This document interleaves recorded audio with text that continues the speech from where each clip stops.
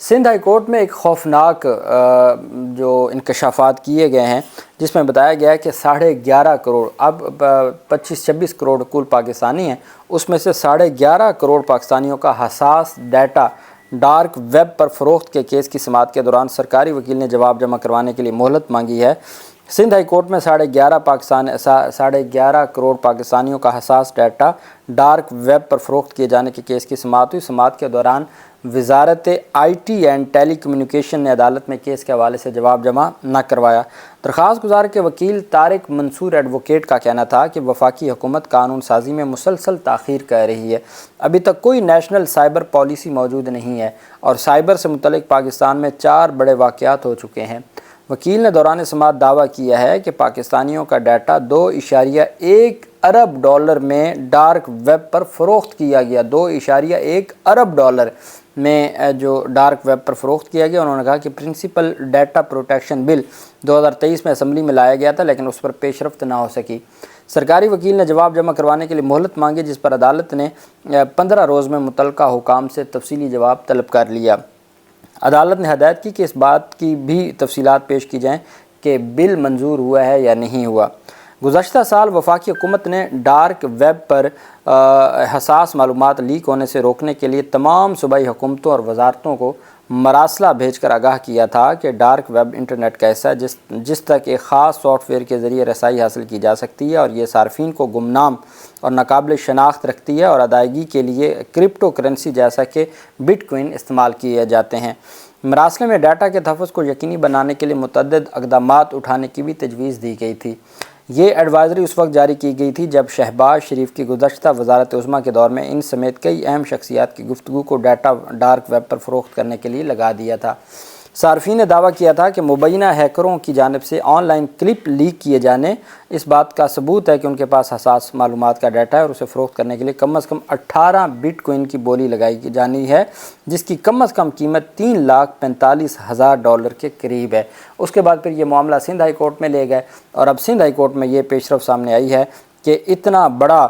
جو معاملہ ہے وہ سامنے آیا ہے اور اس طریقے سے جو چیزیں ہیں ان کو آگے بڑھایا جا رہا ہے۔ حقیقت یہ ہے کہ ہر صورت آئین اور قانون کی پاسداری ہونی چاہیے اور ہر صورت آئین اور قانون کے مطابق چیزوں کو چلایا جانا چاہیے، لیکن یہ جو خوفناک انکشاف ہے، حکومت کی ذمہ داری بنتی ہے۔ جب اس میں وزیر اعظم لیول کے لوگ، وزیر اعظم ہاؤس کی آڈیو لیک ہو گئی تھی، شہباز شریف اور مریم نواز کی آڈیو لیک ہو گئی تھی، تو اور پھر یہ سامنے آیا تھا کہ ڈارک ویب ایک سیریز شروع کرنے والا ہے، تو پھر تو عام آدمی کا کیا حال ہوگا؟ عام آدمی کی جو پرائیویسی ہے وہ تو تباہ ہو چکی ہے۔ جب 11.5 کروڑ پاکستانیوں کا ڈیٹا ڈارک ویب کو حساس ڈیٹا ملنے کا انکشاف ہوا ہے $2.1 ارب میں، تو اس کے اوپر ریاست کی کیا ذمہ داری بنتی ہے اور ریاست نے کیا ایکشن لیا، یہ بہت ضروری ہے۔ پاکستان تحریک انصاف نے لاہور ہائی کورٹ میں ایک درخواست دائر کی تھی کہ ہمارے کارکنان کو غیر قانونی طور پر ہراساں نہ کیا جائے۔ یہ درخواست تھی جب 5 اکتوبر کو احتجاج ہونا تھا یا وقتاً فوقتاً پاکستان تحریک انصاف احتجاج کا اعلان کرتی ہے تو کارکنان کے خلاف چھاپہ مار کارروائی اور ان کی گرفتاریوں کا اور یہ سلسلہ شروع ہو جاتا ہے۔ تو پاکستان تحریک انصاف اس سلسلے میں ایک جرنل اپلیکیشن لے کے گئی تھی پٹیشن لاہور ہائی کورٹ میں، جس پر جسٹس انوار الحق پنو صاحب نے غیر قانونی ہراساں کرنے سے روک دیا تھا۔ اب چونکہ غیر قانونی ہراساں جب بھی پولیس ہے یا حکومتی ادارے ہیں وہ ہراساں کرتے ہیں تو وہ اس کو ایک لیگل کور دیتے ہیں۔ اب میں آپ کو مثال دوں، 5 اکتوبر کو جلسہ ہونا ہے یا احتجاج ہونا ہے، اس احتجاج میں جو گیا ہے اس کے سینکڑوں کے خلاف مقدمات درج کر دیے گئے ہیں۔ اب وہ ایف آئی آریں بھگت رہے ہیں، کچھ کی ضمانتیں ہوئی ہیں، کچھ کی ضمانتیں خارج ہو گئی ہیں، تو وہ یہ تو ریاست تو ماننے کو تیار نہیں ہے کہ ہم نے غیر قانونی طور پر مقدمہ درج کیا، تو پھر اور غیر قانونی ہراسمنٹ کیا ہو سکتی ہے کہ عدالت کہے جی کہ غیر قانونی ہراساں نہ کریں، تو وہ غیر قانونی تو وہ تو اسی کو قانونی سمجھتے ہیں جو وہ کرتے ہیں۔ اب حالت یہ ہے کہ ریاست اور حکومت ان کا یہ مائنڈ ہے، آئین اور قانون کو انہوں نے پیچھے رکھ دیا اور وہ کہتے ہیں کہ جو ہم کرتے ہیں وہ آئین اور قانون ہے، جس سے ہم روکتے ہیں وہی آئین اور قانون ہے، اور عدالتیں اس کے اوپر مہر تصدیق ثبت کیے جا رہی ہیں اور یہ سلسلہ ہے جاری ہے۔ خیر، اس میں پاکستان تحریک انصاف کے سینکڑوں کارکنان کا 475 کے 77 کے قریب 3 MPO کے تحت نوٹیفیکیشن جاری کیے گئے تھے، وہ تمام نوٹیفیکیشنز واپس لے لیے گئے ہیں اور ساتھ عدالت میں سٹیٹمنٹ دے دی ہے assistant advocate general Punjab Farrukh Lodhi نے کہ درخواست گزاروں کی 7 دن کے لیے نظر بندی کے احکامات جاری ہوئے تھے وہ ختم ہو چکے ہیں اور سارے رہا ہو چکے ہیں۔ نظر بندیوں کے حکم نامے اپنی میعاد بھی پوری ہونے پر غیر مؤثر ہو چکے ہیں، اس وجہ سے جو ہراسمنٹ کا الزام ہے اس کی کوئی حقیقت نہیں ہے، تو ان درخواستوں کو اب نمٹا دیا جائے۔ تو عدالت نے چونکہ پہلے بھی ایک جنرل آرڈر دیا تھا کہ جی غیر قانونی ہراساں نہ کیا جائے، اسی کو مد نظر رکھتے ہوئے عدالت نے دوبارہ اپنا آرڈر دہراتے ہوئے پاکستان تحریک انصاف کے کارکنان کو غیر قانونی ہراساں کرنے سے روکتے ہوئے جو پی ٹی آئی کی درخواستیں تھیں، چونکہ نظر بندی کے احکامات ختم ہو چکے ہیں، وہ رہا ہو چکے ہیں جو نظر بند ہوئے تھے، تو ان کی ہراسمنٹ سے متعلق جو درخواست اس کو بھی نمٹا دیا جسٹس انوار الحق پنو صاحب نے۔ اللہ پاک پاکستان کا حامی و ناصر ہو۔ بہت شکریہ۔ اللہ حافظ۔ پاکستان زندہ باد۔